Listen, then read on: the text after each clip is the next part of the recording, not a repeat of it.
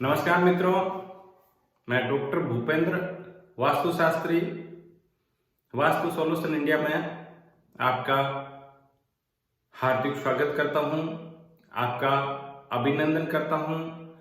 आज नए ज्ञान और नए विषय के साथ एक बार फिर आपके समक्ष वास्तु सॉल्यूशन इंडिया में अपनी उपस्थिति दर्ज करवा रहा हूं। दोस्तों, आपसे विषय वस्तु को प्रारंभ करने से पहले एक गुजारिश करूंगा कि मेरे YouTube channel vastu solution India पर अगर आप नए हैं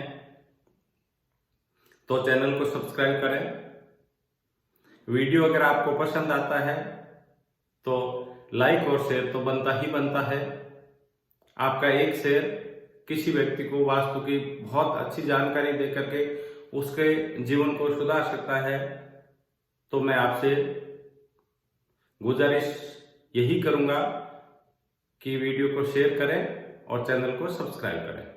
आज की जो विषय वस्तु है वो है, कहीं आप गवर्नमेंट के रडार पर तो नहीं हैं या आप सरकार और शासन की निगरानी में तो नहीं हैं।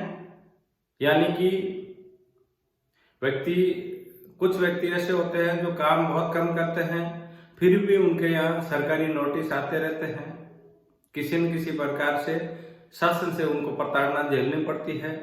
गवर्नमेंट्स के वो ऐसे कानून, जो भी छोटा कानून होता है उसकी भी अवहेलना कर लेता है। यानी कि गवर्नमेंट और उनके बीच, व्यक्ति के बीच में 36 का आंकड़ा बन जाता है। कहीं भी जाए वो व्यक्ति ऐसा ही काम करेगा जिससे कि गवर्नमेंट को उसको नोटिस भेजना पड़े या उसको प्रताड़ित करना पड़े। ऐसी स्थिति कब बनती है, इस विषय पर चर्चा कर रहे हैं। और व्यक्ति गवर्नमेंट के रडार पर किस वास्तु दोष की वजह से आता है, ये हमारा चर्चा का मेन विषय है। दोस्तों, मैं जब भी उपस्थित होता हूं, वास्तु की जानकारी लेकर उपस्थित होता हूं। और वास्तु वह विज्ञान है जहां पर सब कुछ सच्चाई है। वास्तु वह विज्ञान है जहां पर प्रकृति है। अगर आप प्रकृति के अनुकूल काम करेंगे तो आपके साथ प्रकृति सहायक होगी। अगर आप प्रकृति के प्रतिकूल काम करेंगे तो प्रकृति आपको दंड देगी। ठीक इसी प्रकार अगर आप गवर्नमेंट के नियमों की, जो भी गवर्नमेंट के नियम है, जिस कंट्रीज में रह रहे हैं, जिस स्टेट में रह रहे हैं, जिस जगह पे रह रहे हैं, वहां की सरकार के एक नियम होते हैं, कुछ कायदे होते हैं, कुछ परंपराएं होती है। उन नियम कायदे और परंपराओं में अगर आप बंधे हुए हैं, उन नियम कायदों के तहत अगर आप कार्य कर रहे हैं, तो आपको किसी भी प्रकार से सरकार और शासन और राजा से कभी भी प्रताड़ना नहीं मिलेगी। और अगर आप शासन के विरुद्ध कार्य कर रहे हैं, सरकार के खिलाफ किसी प्रकार का कोई कार्य कर रहे हैं, राजा के खिलाफ जो भी नियम कायदे हैं या जो अति प्राचीन परंपरा है, उस परंपराओं की जो राजकाल में बाधक हो रही है, उनको अगर आप तोड़ने की कोशिश कर रहे हैं तो आपके यहाँ नोटिस तो आएंगे ही आएंगे और आपको सरकार की प्रताड़ना झेलनी पड़ेगी। यही शाश्वत सत्य है, यही वास्तु का विज्ञान है। और इसके तहत वह व्यक्ति ऐसे कार्य करता है जिसके घर में पूर्व दिशा में वास्तु दोष हो।